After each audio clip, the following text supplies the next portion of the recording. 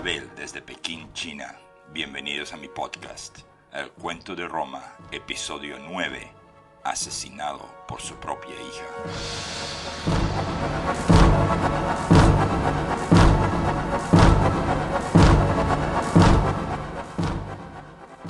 La semana pasada vimos el fin de la vida del rey Tarquinio el Viejo y cómo Servio Tulio se convirtió en el sexto rey de Roma.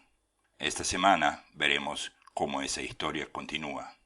El resultado obvio de todo esto es que los últimos tres reyes eran el padre, Tarquinio el Viejo, seguido por su hijo adoptado, Servio Tulio, y finalmente seguido por el hijo verdadero de ese padre, Tarquinio el Soberbio. Pero primero vamos a la palabra de la semana. La semana pasada tuvimos la palabra, mejor dicho, la frase oblitus sum. Oblitus sum en latín era una frase de uso cotidiano. Gramaticalmente hablando, es una oración y simplemente significa me olvidé. Como pueden ver, oraciones simples en latín no contienen pronombres, que es una de las características de lenguas de origen latino. En castellano, no sería incorrecto decir yo me olvidé, pero la palabra yo no es necesaria. En el mejor de los casos suena raro, suena extranjero. Mientras en lenguas de otros países europeos como el inglés, el alemán o el sueco, el pronombre es necesario en la oración, en castellano la conjugación del verbo ya nos indica la persona. Y ahora vamos a la palabra de la semana de esta semana. La palabra de la semana de esta semana es laetus, L-A-E-T-U-S. Como siempre, puede ver el significado en mi sitio web en www.abelak.com/Roma o puede esperar hasta el episodio que viene. Repito esta dirección, www.abelak.com/ROMA. Bien, volviendo a El Cuento de Roma.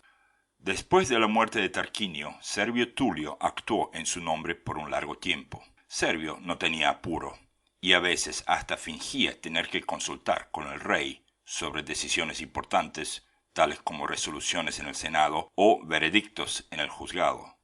De acuerdo con las listas de eventos grabados en las fasti romanas, Servio Tulio venció a los etruscos en 3 batallas. Las fasti, que se escribe como F-A-S-T-I, simplemente eran escrituras que el Senado y otras oficinas públicas ponían en el foro romano para que los ciudadanos tuviesen informaciones de lo que andaba pasando en la ciudad. Muchas veces las fasti nos permiten trazar fechas y alinearlas con anécdotas u obras de literatura tales como los libros de Tito Livio. Así es que sabemos que el 25 de noviembre del año 571 a.C., Servio Tulio tuvo una marcha triunfal por Roma. Tuvo otra marcha triunfal el día 25 de mayo del año 567 a.C. La fecha de la tercera marcha no es legible en la fasti, pero suponemos que fue después y no antes de la segunda fecha. Esto comprueba que Servio Tulio era un excelente comandante en el campo de batalla y según la historia, después de la primera de esas batallas, Servio ya no necesitaba fingir que representaba al rey y que iba a la guerra en lugar del rey. La población aclamó a Servio Tulio como rey y como tal, Servio Tulio no tuvo que ni mover un dedo para ser ratificado por el Senado. Esta fue la primera vez que el Senado ni siquiera votó por el monarca, sino que simplemente aprobó la voluntad del pueblo. Servio Tulio creó varias reformas de importancia durante su reino, y también hizo un censo general de la ciudad y sus alrededores. Ese censo se hizo en los campos que quedan al oeste de la ciudad, un lugar llamado el Campo de Marte. Estoy hablando del dios Marte. Durante días designados, familias enteras acudían a ese Campo de Marte, donde funcionarios del Senado y de la recientemente creada Comitas Centuriata anotaban los nombres y edades de los miembros de familia, sus lugares en la jerarquía romana, el clan al cual pertenecían, cuánto poseían en bienes raíces, esclavos, ganado y en dinero, y cuánto podrían aportar en el caso inevitable de guerra, la cual aparecía en Roma cada 2 por 3. Si se acuerda de nuestros episodios 2 y 3, Rómulo dividió a la población de Roma en 30 clanes, dándoles nombres de aquellas mujeres sabinas. La gente que nació de aquellos clanes era ahora la gran minoría de la ciudad, y por lo tanto, Servio Tulio dividió la población en clanes nuevos, ya no 30, sino 200. Y cada uno de estos clanes sería representado por un patriarca o miembro de edad y renombre avanzado. Ese hombre también recibía un puesto en el Senado romano. Para explicar una situación ya por demás complicada de una manera menos complicada, lo que Servio Tulio hizo fue tomar nota de quién podía donar qué en caso de guerra. Y así Servio los dividió en 5 clases. Los ciudadanos más afluentes donarían escudo, espada, galea o yelmo, lanza, coraza y partes que protegían las muñecas y las canillas de los legionarios, además de los zapatos que muy a menudo eran sandalias. La segunda clase tenía todo eso menos la coraza. La tercera clase, todo lo que tenía la segunda clase, menos las partes móviles de las muñecas y canillas. La cuarta clase solamente llevaba escudo, lanza, galea y espada. Y la quinta clase consistía de soldados con solamente espadas y lanzas. Esas 5 clases venían comprimidas entre 2 clases más, una arriba y una abajo. La clase de arriba eran los hijos de los ricos terratenientes y ellos venían a caballo. La clase de abajo solo tenían que aportar ondas de cuero y muchas piedras. La gran mayoría de la población que no poseía tierras u otros bienes raíces, en otras palabras, casi el 90% de la gente, no participaba en la guerra y nunca fueron llamados al campo de Marte o a la guerra, salvo en caso de gran emergencia. La clase más alta, la que tenía suficiente dinero para andar a caballo, fue dividida en 18 centurias de caballería y se llamaba la clase de los equites. Las demás clases fueron divididas en más centurias, cada una consistiendo de unos 100 hombres que se agrupaban en hombres de 17 a 40 años de edad, parte del ejército, y de 40 a 60 años de edad, parte de la fuerza de reserva. La mayor diferencia entre esta nueva comita centuriata y aquella comita criata de Rómulo era que estas nuevas divisiones no se basaban en tierras o posesiones. Ninguna de las nuevas centurias tenía alguna base militar predesignada, lo que les restaba influencia tanto en el Senado como con el rey, y ese hecho le daba más poder al rey mismo. Muchos dirían que eso sería suficiente para marcar a Servio Tulio como un tirano, pero era al contrario. Durante la República Romana, el 6º rey de Roma fue el más amado de la dinastía de los Tarquinios. A Servio Tulio también se le atribuye la fundación del templo de Diana, situada en el Aventino, que probablemente era un recinto abierto con un altar, y el dinero necesario para la construcción de ese templo provino de todas las aldeas latinas que rodeaban a Roma, finalmente indicándonos que los pueblos latinos, de una vez por todas, reconocían a Roma como el asentamiento más poderoso de la región. Finalmente, a Servio Tulio también se le atribuye la construcción de las así llamadas murallas servianas, las antiguas fortificaciones de la ciudad que duraron hasta el final de la República Romana. Con una longitud de unos 11 kilómetros, abarcaban 427 hectáreas e incluían las 7 colinas tradicionales. Las murallas tenían más de una docena de puertas y el ancho promedio era de unos 3,5 metros y en algunos lugares tenían hasta una altura de 10 metros. Las murallas fueron construidas con bloques de un material llamado toba volcánica, que es un tipo de roca que se forma de las cenizas después de una erupción de un volcán.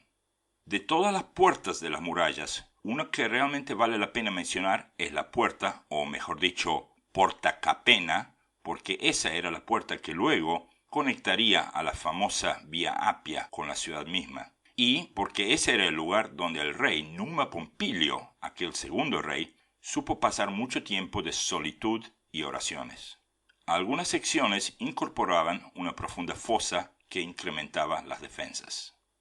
Bueno, vamos un poco a su vida. Servio Tulio supo que los 2 hijos de su padre adoptivo, Tarquinio el Viejo, sentían celos de su posición y con ese propósito Servio casó a sus 2 hijas con los hijos de Tarquinio, Lucio y Arrunte.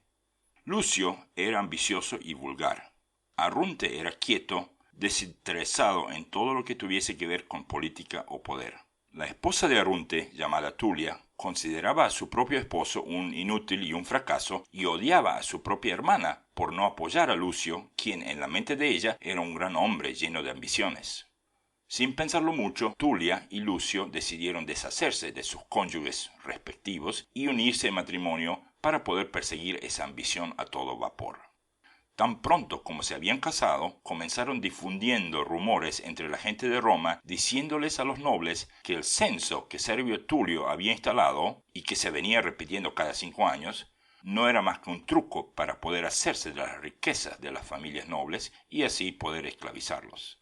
También empezaron acusando a Servio Tulio de ser un déspota, ya que él no había sido elegido por el Senado romano y que el rey provenía de una familia de esclavos. Los nobles, no estando muy seguros a quién seguir, empezaron dividiéndose en 2 bandas, una defendiendo al rey y la otra trabajando activamente en el derrocamiento del rey. Un buen día, mientras el rey no se encontraba en la ciudad, Lucio Tarquinio marchó al Senado, convocó a los senadores y luego se sentó en el trono, que era un asiento reservado para el rey. Los senadores, en una mezcla de sorpresa y miedo, no supieron qué hacer, hasta que Lucio les ordenó arrodillarse frente a él y proclamarlo rey. En ese momento, Lucio volvió a la ciudad y, habiendo oído del tumulto que andaba pasando, se fue a verlo. Cuando entró al edificio, Servio Tulio demandó una explicación, pero en todo ese lío, las 2 franjas empezaron a pelear, y cuando la pelea los llevó afuera del edificio, Servio Tulio fue empujado por las escalinatas del foro, hiriéndose gravemente. Algunas fuentes indican que fue el mismo Lucio Tarquinio quien empujó a Servio, y hasta indican que cuando el rey estaba en el piso, bajo esas escalinatas del foro, perseguidores lo ejecutaron o lo dejaron medio muerto. De todas maneras, y según la historia de Tito Livio, Tulia, guiando su carruaje, le dio el toque final al hombre. Los caballos del carruaje de ella y las ruedas del mismo arrollaron al rey Servio Tulio, y eso bastó para que el rey muriese.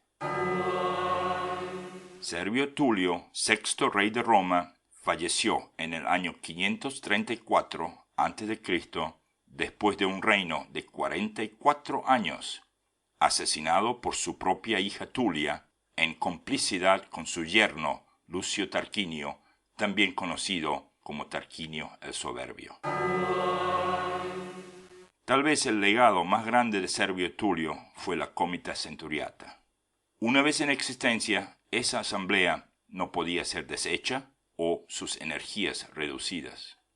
Como el tribunal de apelación más alto de Roma en tiempos de la República, la asamblea tenía la capacidad de revocar decisiones de la corte, y el Senado republicano se vio obligado a buscar la aprobación de casi cada una de sus decisiones. Con el tiempo, la Comitas Centuriata legitimó el ascenso al poder de tanto personas de origen noble como de personas de origen plebeyo. La semana que viene vamos a ver el reino del último rey de Roma.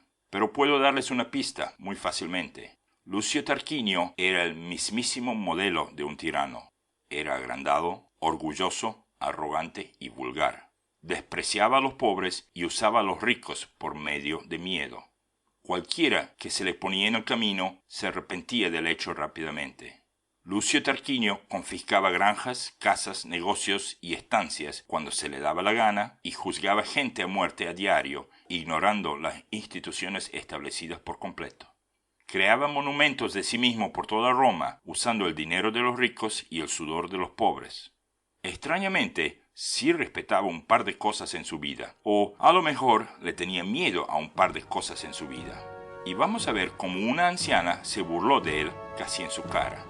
Así que vamos a ver cómo esa historia termina y cómo la república más importante del mundo comienza. Gracias por escuchar y hasta la semana que viene.